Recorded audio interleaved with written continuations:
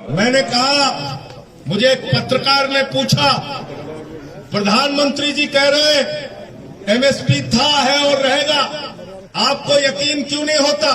मैंने कहा, पत्रकार महोदय चलिए मैं यकीन कर लेता हूं, 15 लाख आपके खाते में आ गए? बोले नहीं आए। मैंने कहा, 2 करोड़ नौजवानों को रोजगार मिल गया? बोले नहीं मिला। मैंने कहा, जीएसटी से दूसरी आजादी मिल गई? बोले नहीं मिली। मैंने कहा, नोटबंदी से देश की तकदीर बदल गई? बोले नहीं बदली। मैंने कहा, 4 साल में 1 रुपए भी गन्ने का दाम बढ़ा क्या?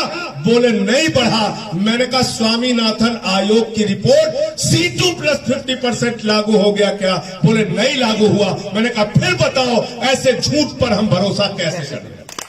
बताओ, चलो हम भरोसा कर लेते हैं। तो अगर आप कहना चाहते हैं कि एमएसपी था, है और रहेगा, तो एक लाइन खाली कानून में बढ़ाने की जरूरत है। यहां सारे समझदार लोग बैठे हैं, अगर मैं गलत कर रहा हूं तो मेरा कॉलर पकड़ लेना। एक लाइन बढ़ाने की जरूरत है। एमएसपी से कम हिंदुस्तान की जमीन पर कहीं भी किसान का अनाज खरीदा जाएगा, उसको पकड़ के जेल में डाला जाएगा। इसमें क्या आपत्ति है आपको? अगर आपकी नीयत साफ है तो आप लिखिए, एमएसपी से कम में खरीद होगी तो उठा के जेल में डाल दिया जाएगा। दूसरी बात, कॉन्ट्रैक्ट फार्मिंग जिसका अभी जिक्र आदरणीय दरोगा जी कर रहे थे, मैं पूछना चाहता हूं, आपने कहा जमींदारी प्रथा तो हिंदुस्तान के पूर्व प्रधानमंत्री, किसानों के नेता स्वर्गीय चौधरी चरण सिंह जी ने खत्म की थी इस देश से। आप क्या कहना चाहते हैं? आप क्या कहना चाहते हैं? आप कहना चाहते हैं नए पूंजीपतियों को देश में जमींदार बनाएंगे। कितनी जमीन का? 5,000 एकड़, 10,000 एकड़, 20,000 एकड़, 50,000 एकड़ जमीन का जमींदार बनाएंगे। तो याद रखिए, ये स्वर्गीय चौधरी चरण सिंह जी के सपनों के भारत को कुचलने की कार्रवाई है। मैं कहना चाहता हूं इस बात को मैं कहना चाहता हूं। 5,000, 10,000 एकड़ जमीन किसी एक किसान के पास इस देश में नहीं है। किसी के पास 5 एकड़ है, किसी के पास 10 एकड़ है, किसी के पास 20 एकड़ है, किसी के पास 2 एकड़ है। वो जमीन अडानी कॉन्ट्रैक्ट पर लेगा। जब 5,000 एकड़ जमीन हो जाएगी तो उस पे तार से घेराबंदी करेगा। जब 5,000 एकड़ जमीन बन जाएगी तो अंदर जो आपके डोले हैं वो डोला तोड़ दिया जाएगा, उसको बराबर कर दिया जाएगा। 40-40 फीट के उसमें रास्ते बनाए जाएंगे, उसमें बड़े बड़े स्टोर बनाए जाएंगे, फल पैदा किया जाएगा, सब्जी पैदा की जाएगी, अनाज पैदा किया जाएगा। माल अच्छा निकला तो अडानी को जाएगा, बड़े बड़े पूंजीपति को जाएगा। खेत बर्बाद हुआ तो आप एसडीएम के कोर्ट में जाएंगे। न्यायालय जाने का भी अधिकार आपको नहीं है।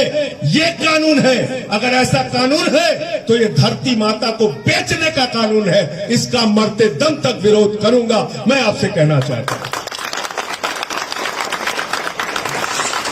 ये हमारी धरती को छीनने का कानून है। ये हमारी धरती पर कब्जा करने का कानून है। ये हमारी धरती पर पूंजीपतियों को बिठाने का कानून है। ऐसा कानून हम कैसे स्वीकार कर सकते हैं? हमारी जमीन, उसको घेराबंदी कर लो, बाहर से अडानी का सिक्योरिटी गार्ड लग जाए, हम अपनी जमीन में घुस भी नहीं सकते, हम अपनी जमीन में अपने कदम भी नहीं रख सकते।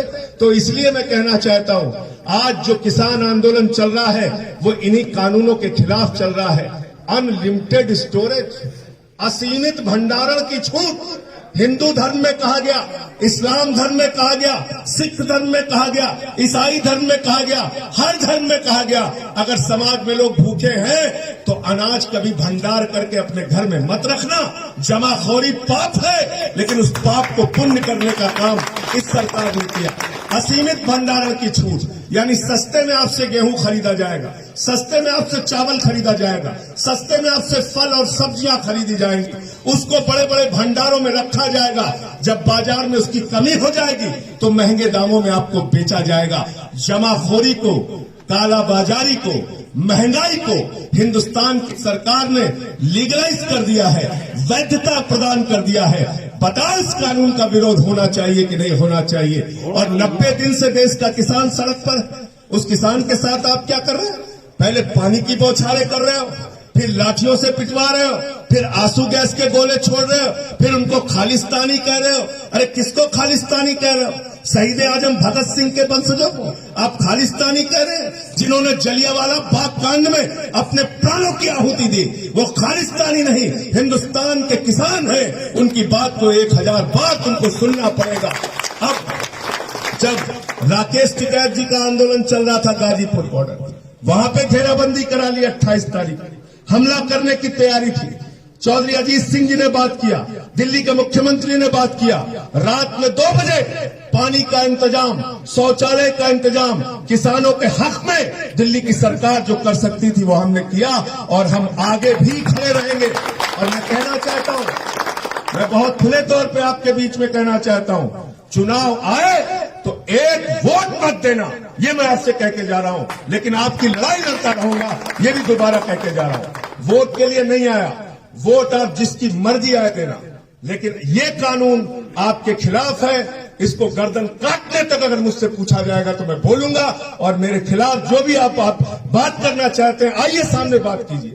आप अपने हितों को समझने के लिए तैयार नहीं। कुछ लोग आके आपको जो भी समझा जाए वही मानने के लिए तैयार। कह रही है सरकार किसानों को बिल समझ में नहीं आया। मैंने कहा मोदी जी, किसानों को ये बिल समझ में आ गया है, ये आपकी प्रॉब्लम है।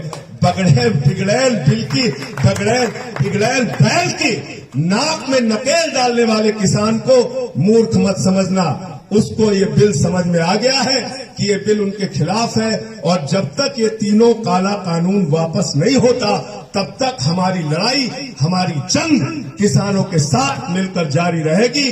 और मैं आपसे फिर दोहराना चाहता हूं, 28 तारीख को हमारी किसान की महापंचायत है मेरठ की धरती पर, 1857 की क्रांति भूमि पर। वहां दिल्ली के मुख्यमंत्री आ रहे हैं, अरविंद केजरीवाल जी। आपके सवालों पर बात करेंगे, वोट पर बात नहीं करेंगे, चुनाव पर बात नहीं करेंगे, किसान पर बात करेंगे, किसान के मुद्दों पर बात करेंगे। जो कुछ भी 200 से ज्यादा हमारे किसान भाई शहीद हुए उस पर बात करेंगे। सड़कों पे आप कीले गाड़ रहे हो, कटीले तार गाड़ रहे हो, अन्नदाता को आतंकवादी कह रहे हो। कितना अपमान करोगे इस देश के किसान का और अन्नदाता का। मैं तो ये कहना चाहता हूं, जानवर भी जिसका दिया हुआ खाता है उसके प्रति वफादार होता है। ये सरकार जानवरों से ज्यादा बदतर सरकार है, जिसका खाती है उसके प्रति वफादारी नहीं दिखाती। दूसरी बात, अभी बजट आया है, हमारे देश के प्रधानमंत्री कह रहे हैं 4 क्षेत्रों को छोड़कर सब कुछ बेच देंगे। वाह भाई, हिंदुस्तान के 130 करोड़ लोगों ने मिलकर रेल बनाई, हिंदुस्तान के 130 करोड़ लोगों ने मिलकर LIC बनाई, बैंक बनाया, सेल बनाया, स्टेडियम बनाया, सड़क बनाई, बिजली बनाई, पानी बनाया। आप कह रहे हो सब कुछ बेच देंगे? रेल बेची जा रही, सेल बेची जा रही, एयरपोर्ट बेचा जा रहा है। आप जाके लखनऊ में देख के आना, चौधरी चरण सिंह जी के नाम पर जो एयरपोर्ट था, उस एयरपोर्ट का नाम आज अडानी एयरपोर्ट हो गया। हम अपने घरों में कब तक चुपचाप बैठ के हिंदुस्तान की संपत्तियों को बेचते हुए देखते रहेंगे? कब तक हिंदुस्तान का सौदा ऐसे होता रहेगा और हम चुपचाप बैठ के इसको बर्दाश्त करते रहेंगे? इसलिए हाथ जोड़कर आपसे निवेदन करने के लिए आया हूं, 28 तारीख की किसान महापंचायत में भारी से भारी संख्या में पहुंचिए। आपके सवालों पर मिलकर हम लोग बात करेंगे। देश की संसद में इस बिल का जितने मेरे अंदर ताकत और क्षमता है, पहले भी विरोध किया, पूरी रात संसद में धरना दिया, आगे भी आंदोलन करूंगा, आगे भी आपके लिए लड़ूंगा। बहुत बहुत शुक्रिया, बहुत बहुत धन्यवाद। आपने मुझे यहाँ बुलाया और अपनी बात कहने का मौका दिया। असहमति के बिंदु हो सकते हैं, उसकी कभी चिंता नहीं करनी चाहिए। डेमोक्रेसी के अंदर, लोकतंत्र के अंदर अगर असहमति नहीं होगी तो तानाशाही हो जाएगी। इसलिए मैं असहमति को हमेशा खुले दिल से स्वीकार करता हूं। बहुत बहुत शुक्रिया, बहुत बहुत धन्यवाद। कृपया ध्यान दें, कोई भी आदमी जाएगा नहीं, सबके लिए नाश्ता का प्रोग्राम